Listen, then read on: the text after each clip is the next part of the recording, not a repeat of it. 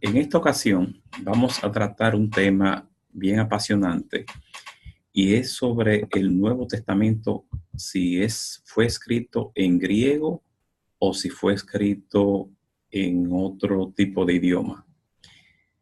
Pero antes de empezar, quiero hacer algunas aclaraciones.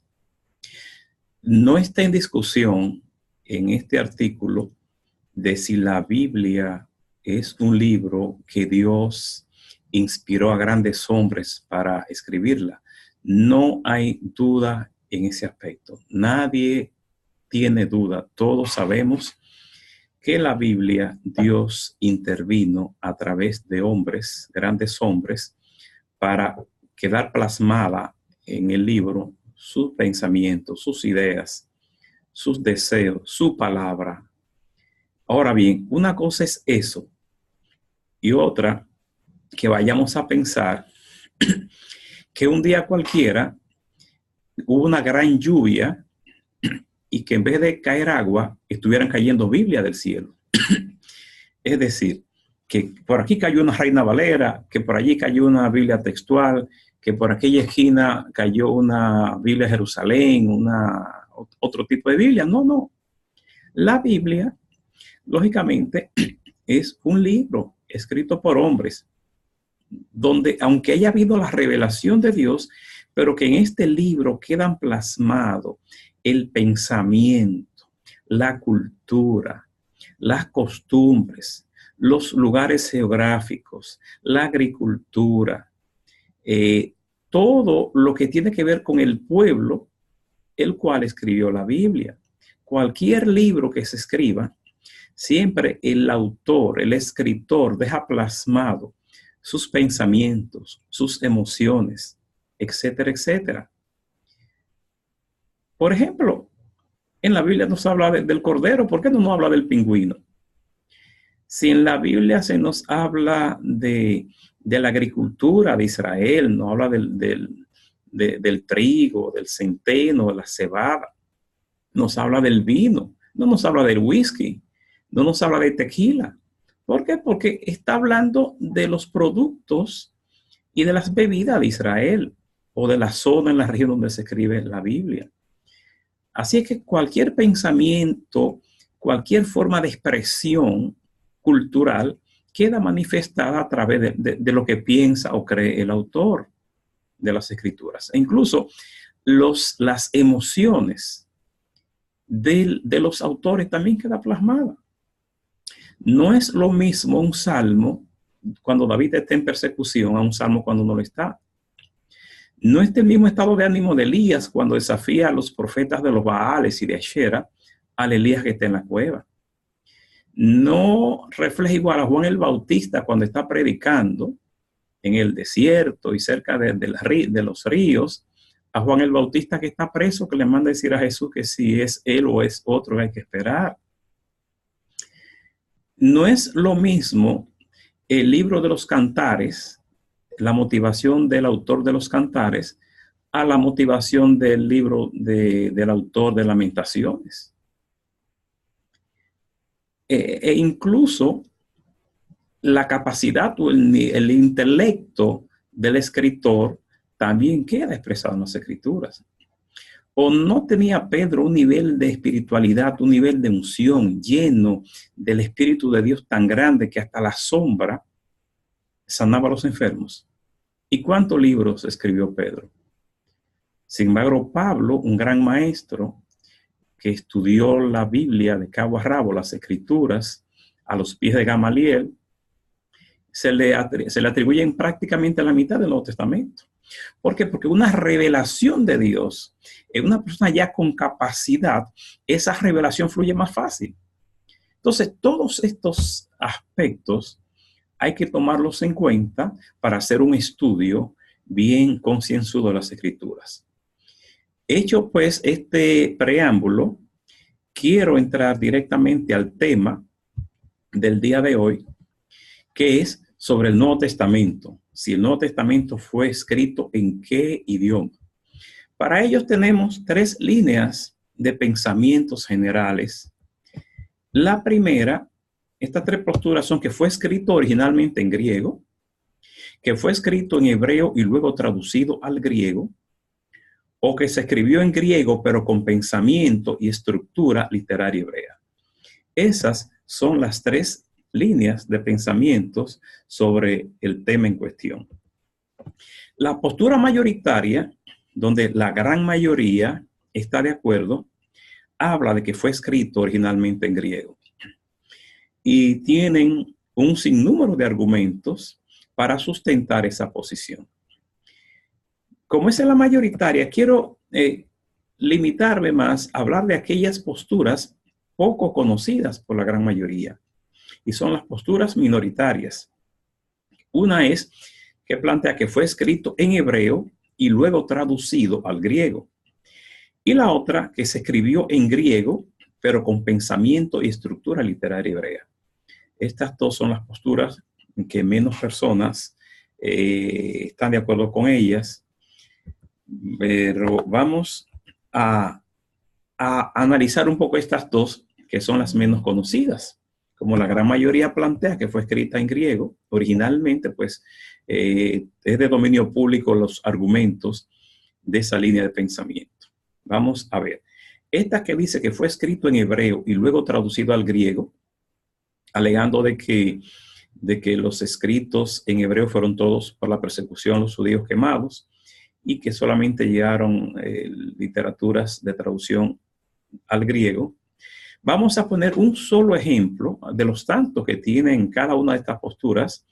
Vamos a poner solamente un ejemplo de argumento de sustentación a lo que creen en esta, de los que dicen que fue traducido del hebreo al griego. Vamos a decir que los hebraísmos nominales y etimológicos en medio del texto griego no parecen ser muy importantes, excepto cuando llevan un significado muy particular que el griego y el español no pueden cubrir. Por ejemplo, en Mateo 1:21 dice, y dará a luz un hijo y llamarás su nombre Jesús, porque él salvará a su pueblo de sus pecados. Jesús, porque él salvará a su pueblo de sus pecados. Pongo en rojo y subrayado Jesús, porque él salvará a su pueblo de sus pecados. Ahora bien, según esta línea de interpretación, preguntan, ¿qué tiene que ver el nombre o la palabra Jesús con la salvación de los pecados en griego o en español? La respuesta es que no hay ningún tipo de conexión. Por lo tanto, los que apoyan esta línea de pensamiento dicen que tampoco en griego Jesús no tiene ningún tipo de conexión con Jesús, perdón, con salvación. La palabra Jesús se llamará Jesús porque él salvará. No hay una conexión entre Jesús y salvará.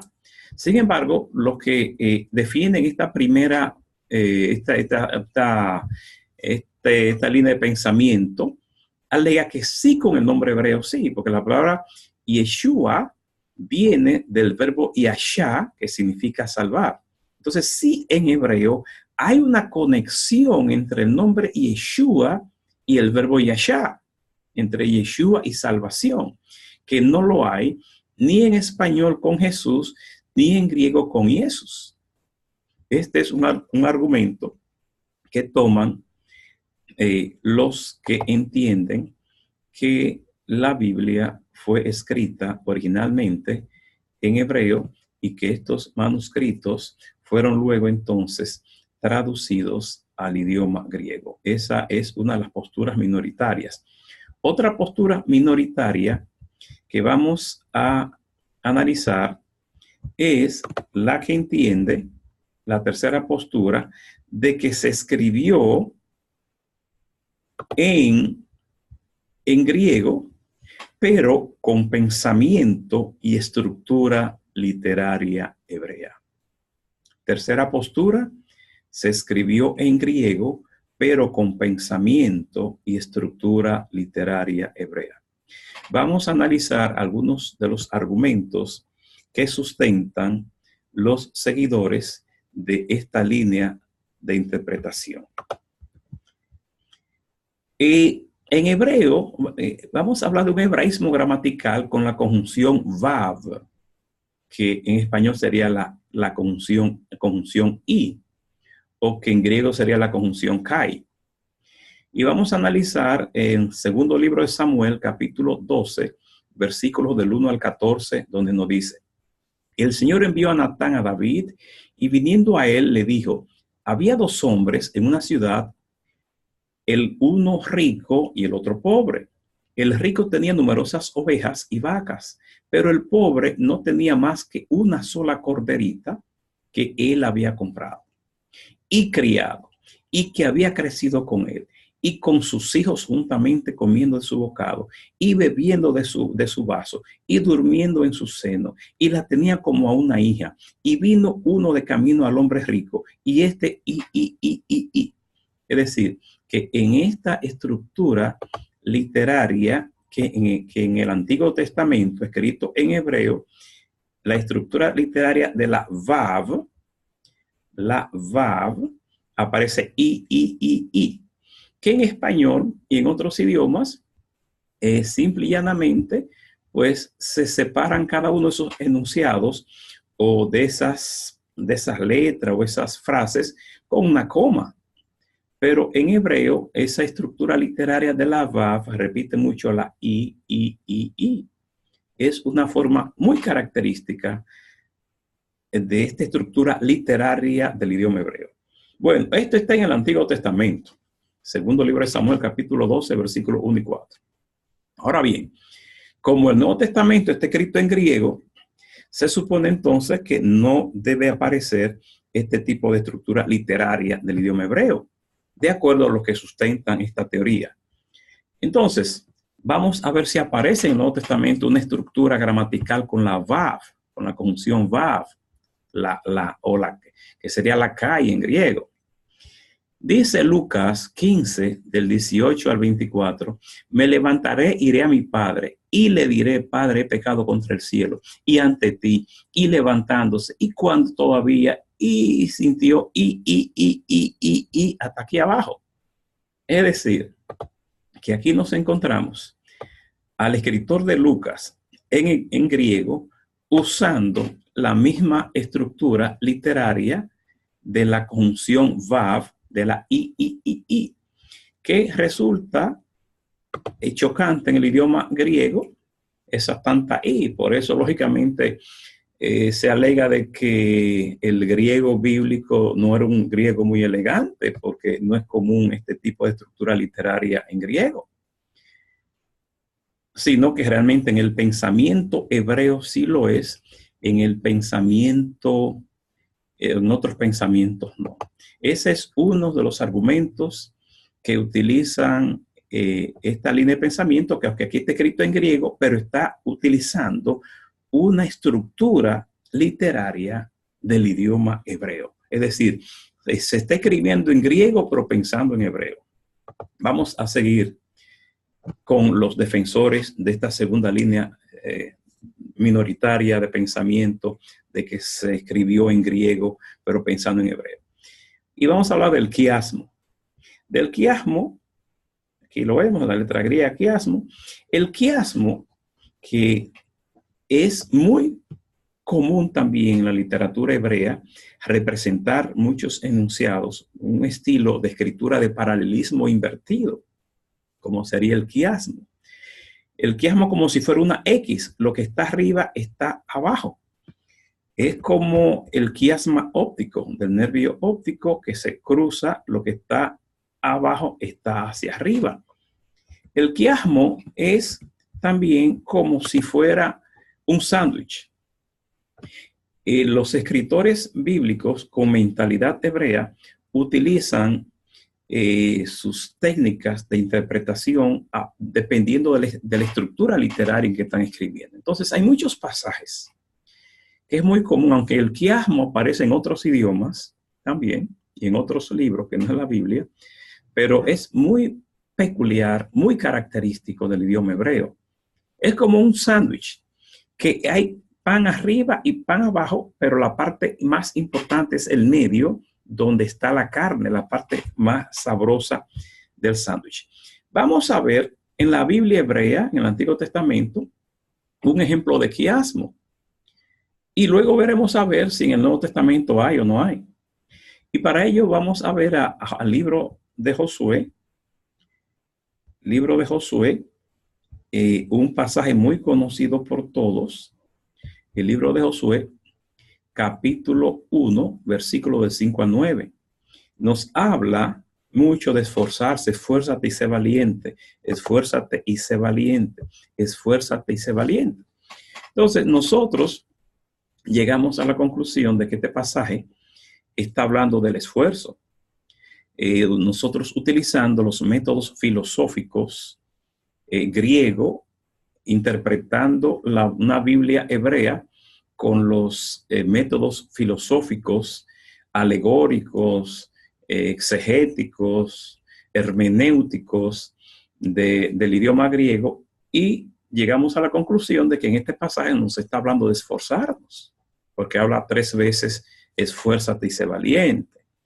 Y lógicamente entendemos que sí, que este pasaje podría ir por ahí, pero queremos saber, ¿era eso lo que el escritor bíblico, mentalidad hebrea, quería interpretar como el meollo, como la parte más importante, como la carne del sándwich en este pasaje? ¿Era eso lo que realmente quería los modos y niveles de interpretación hebraica en este contexto? Vamos a ver qué quiasmo hay en este pasaje. Lo que está aquí rojo, como estuve con Moisés, estaré contigo. No te dejaré ni te desampararé, dice Josué 1.5. Pero si usted se va a Josué 1.9, verá que dice, porque Yahweh tu Dios estará contigo en donde quiera que vayas. Es decir, lo que está aquí arriba es la misma idea de lo que está aquí abajo en rojo. Seguimos bajando en el quiasmo. Esfuérzate y sé valiente, dice la primera parte de Josué 1.6. Pero si usted se va a la primera parte de Josué 1.9, dice que te esfuerce y seas valiente. Es decir, lo que dice aquí es lo mismo que lo que dice acá. Seguimos bajando y ahora nos vamos a esta parte azul clara de Josué 1.7, a mitad del versículo, para cuidar de hacer conforme a toda la ley. Y si seguimos subiendo, ahora en Josué 1.8, la segunda parte dice, para que guardes y hagas conforme a todo lo que está escrito. Es decir, que lo que dice acá es lo mismo que lo que dice acá. Ahora bien, la parte central de este quiasmo, que es lo que en la mentalidad hebrea entiende que es la parte principal, es el código escondido en este pasaje, es lo que está en el centro del quiasmo, que está en Josué 1.8, que dice, nunca se apartará de tu boca este libro de la ley, sino que de día y noche meditarás en él. Entendiendo en la forma de interpretación de los escritores de Josué, que esa es la parte esencial de ese quiasmo. Vamos a representarlo gráficamente para que lo puedan ver mejor. Aquí está. Lo que dice A es lo que dice aquí abajo. Lo que dice aquí, esfuérzate y sé valiente, en esta parte de Josué 6.7, es lo mismo que dice aquí abajo. Lo que dice, pon mucho cuidado, actúa de acuerdo con las leyes, así tendrás éxito, es lo que dice aquí en C. Y la parte central del quiasmo, la masa del sándwich, es que nunca se aparte de tus labios este libro de la ley, sino que medita en él de día y de noche. Es una escritura quiásmica, muy común en el idioma hebreo y en la mentalidad hebrea. Hemos puesto un ejemplo del Antiguo Testamento escrito en hebreo. Ahora, ¿aparecerá en el Nuevo Testamento algunas estructuras quiásmicas también? Vamos a ver qué dicen los defensores de esta línea de pensamiento y vámonos a ver si hay quiasmo en el Nuevo Testamento. En Juan 5, del 19 al 20, empieza diciendo arriba, el hijo no puede hacer nada por sí mismo, sino lo que ve que el padre hace, en el 19b. En el 30 dice, yo no puedo hacer nada por mí mismo, no busco hacer mi voluntad, sino hacer la voluntad del que me envió. Es decir, que lo que dice aquí arriba, en Juan 5:19, parte B, es lo mismo que dice en Juan 5:30. Si seguimos bajando la parte B, porque así como el Padre levanta a los muertos y les da vida, así también el Hijo. Eso lo dice en una parte del versículo 21. En los versículos 28 y 29 dice, todos los que están en los sepulcros oirán su voz y saldrán. Si usted ve este contexto, es el mismo significado de lo que dice acá. La parte dice, todo el juicio se lo ha dado al Hijo, dice el versículo 22b.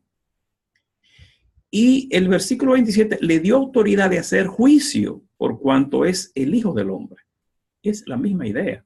Y la parte central del sándwich, lo que en sí está codificado en este quiasmo, en mentalidad hebrea, es que el que oye mi palabra y crea al que me envió tiene vida eterna. Los muertos oirán la voz del Hijo de Dios y los que la oigan vivirán. Es decir, aquí nos encontramos en el Nuevo Testamento con una estructura gramatical literaria igual que una del Antiguo Testamento, un quiasmo. Habrá otro quiasmo más. Hay cientos de quiasmos también en el Nuevo Testamento. Vamos a poner un ejemplo más para reforzar un poquito o animar un poquito a los que están de acuerdo con esta línea de interpretación de que el Nuevo Testamento fue escrito en griego, pero pensando en hebreo. Juan 1 del 1 al 18, un hermoso pasaje que todos leemos, que a todos nos gusta, la introducción de Juan. Si usted ve desde el versículo 1 de Juan 1 hasta el versículo 18, hay una estructura quiásmica también. El logos junto a Dios está en el versículo 1 y 2. Pero en el versículo 18, el Hijo al lado del Padre. Es prácticamente el mismo sentido. En este quiasmo, la parte B es el rol en la creación, el rol del Hijo en la creación. Y en el versículo 17, el rol en la recreación. Ustedes buscan los pasajes, un poquito largo ahora para irlo enunciando uno a uno, y analizarán si lo que dice cada uno de estos pasajes es así o no. Siguiendo bajando en el quiasmo, el C, don a la humanidad, versículos 4 y 5, y en el versículo 16 vuelve a hablar del don a la humanidad. En el versículo 6 y 8, la parte D habla del testimonio de Juan. Y en el versículo 15 vuelve a hablar del testimonio de Juan. En el E, el logos entra al mundo, los versículos 9 al 11. Y en el versículo 14, la encarnación del Hijo. Y en la parte del centro, la clave de este quiasmo de mentalidad hebrea es, por el logos somos hijos de Dios, que está en los versículos 12 y 13. Es decir, que de acuerdo a esta línea de pensamiento, hay una consistencia, hay una gran consistencia en la forma de escribir, en las estructuras literarias de quiasmo, tanto en el Antiguo Testamento en idioma hebreo, como el Nuevo Testamento escrito en griego, pero con esta estructura literaria del idioma hebreo, de acuerdo a los defensores de esta línea de pensamiento.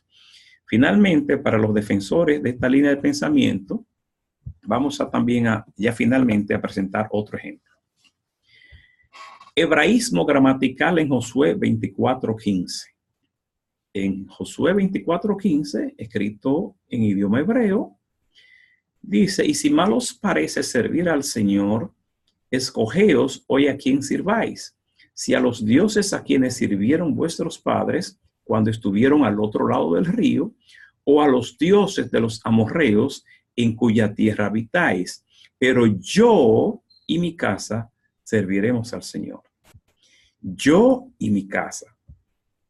Es decir, que aquí, en el contexto hebreo, se menciona yo y mi casa.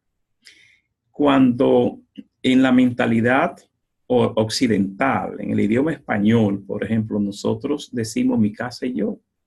Si vamos a enunciar Juan, Pedro, María y yo, resulta como descortés que el anfitrión se mencione adelante yo, Pedro, Juan y Lucas. O sea, gramaticalmente en español resulta feo. Pero, ¿qué está pasando? Que en el idioma hebreo la estructura gramatical es diferente porque ellos piensan que se debe enunciar según la jerarquía. Según la mentalidad hebrea, se debe enunciar de acuerdo a la jerarquía. Y Josué, como es la cabeza de familia, debe mencionarse el primero. Por eso ellos no dicen mi casa y yo, como muchos decimos, queremos decir en español, sino que en hebreo dice yo y mi casa. Ok, esto está en el Antiguo Testamento hebreo. Los defensores de esta línea de pensamiento dicen, habrá en el Nuevo Testamento también esta línea, esta estructura gramatical que corresponde más bien al pensamiento hebreo. Vámonos a Juan 19:34. Juan 19:34 dice así, pero uno de los soldados le abrió el costado con una lanza y al instante salió sangre y agua. Al instante salió sangre y agua. Aquí hay un problema también que cualquier médico analizamos ese pasaje y vamos a decir que hay un error. Todos sabemos, los médicos sabemos por estudio de que lo más posible que nuestro Redentor murió producto de un derrame pericárdico después del proceso por el cual fue sometido hasta la crucifixión. Es lo más posible un derrame pericárdico. Entonces, cuando se le lanza, cuando se le clava por el costado, dice Juan que salió sangre y agua. Y nosotros como médicos sabemos que no fue así. Lo primero que tuvo que haber salido era el plasma o el suero y luego los coágulos. Primero el plasma o el suero y finalmente tuvo que haber salido los coágulos. Eso médicamente es así. Entonces, ¿pero qué es lo que pasa? Es que Juan, como todo buen judío, en pensamiento, entiende lo que dijimos hace un ratito, que en hebreo, en la estructura gramatical, no se menciona en orden, en este caso cronológico, que salió primero, que lo primero que salió fue el agua y luego la sangre, sino que lo enuncian en orden de jerarquía, no en orden cronológico. Y para la mentalidad hebrea, la sangre tiene más jerarquía que el agua. Que la sangre tiene más jerarquía que el agua. Bueno, hasta aquí estamos ya finalizando este pasaje, esta cápsula de esta noche. Tendríamos nosotros que preguntarnos, ¿fue escrito el Nuevo Testamento originalmente en griego? ¿Fue escrito en hebreo y traducido al griego? ¿O fue escrito en griego pero pensando con la estructura literaria y la mentalidad hebrea?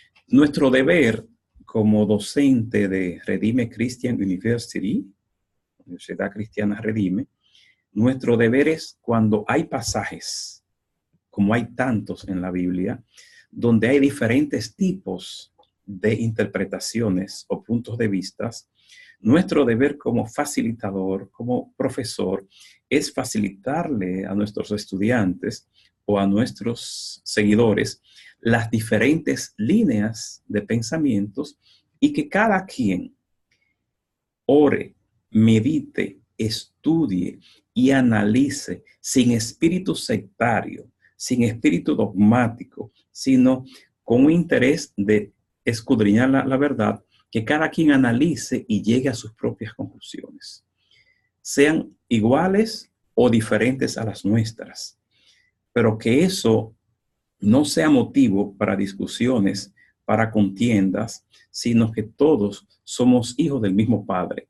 Y eso importante tienen las Escrituras, y así es que nosotros exhortamos a cada quien que sigamos estudiando, investigando, pero que independientemente de nuestras conclusiones, esto no sea motivo para pugnas ni contiendas, sino realmente para amarnos en el Señor. Así es que por esta ocasión hemos terminado. Que Dios me le bendiga, que Dios me le guarde y hasta la próxima. Bendiciones.